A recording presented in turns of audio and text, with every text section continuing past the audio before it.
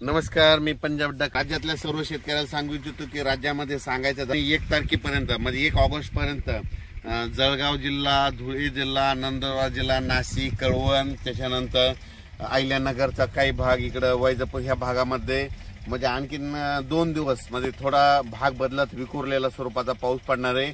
म्हणून उत्तर महाराष्ट्रातल्या शेतकऱ्यांनी हा अंदाज लक्षात घ्या. पण राज्यात सांगायचं झालं तर पूर्व विदर्भ आणि पश्चिम विदर्भ, त्याच्यानंतर आपण काय करू, मराठवाड्याकडू.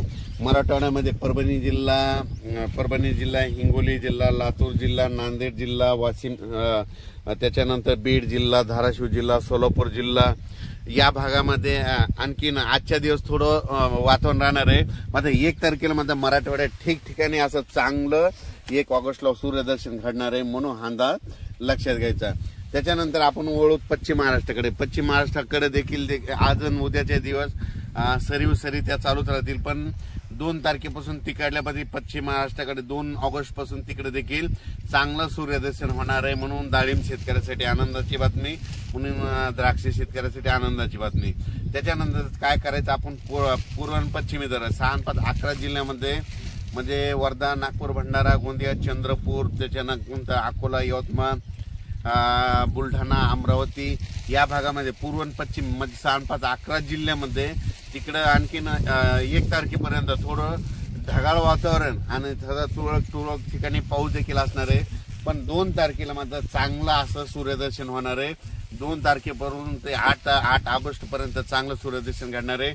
म्हणून तुम्ही ती शेतीची कामे आटपा. त्याच्यानंतर कोकण मध्ये सांगायचं झालं तर सांगली, कोल्हापूर, सोलापूर, पुणे हे कोकण पट्टीचा पाऊस मात्र त्या सरी मात्र 10-10 मिनिटाच्या 5-5 मिनिटाच्या कोकणातल्या सरी चालू राहतील, म्हणून हे लक्षात घ्या.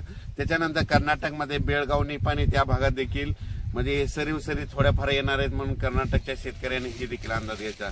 पण राज्यात परत तुम्हाला सांगू इच्छितो की आता परत 1 ऑगस्ट पासून ते 8 ऑगस्ट पर्यंत काय होणार आहे, चांगलं सूर्यदर्शन होणार आहे. पावसाचा जोर कमी होणार आहे. मग पाऊस नंतर राज्यात कधी येणार, शेतकऱ्यांनी कधी कामं करून घेतली. तर शेतकऱ्याला सांगू इच्छितो की तुम्ही काय करा, 8 ऑगस्ट पर्यंत तुम्ही शेतीची कामे करा. पण 8 ऑगस्टला तुम्हाला सांगतो की पाऊस कोणत्या प्रकारे कोणत्या भागात येणार आहे.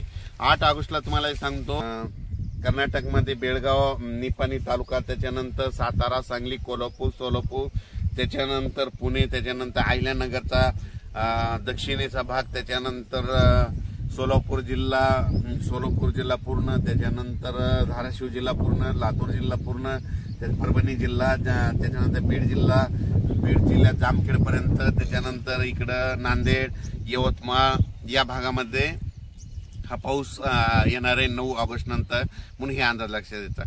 अचानक वातावरणात बदल झाला तर लगेच एक मेसेज दिला जाईल.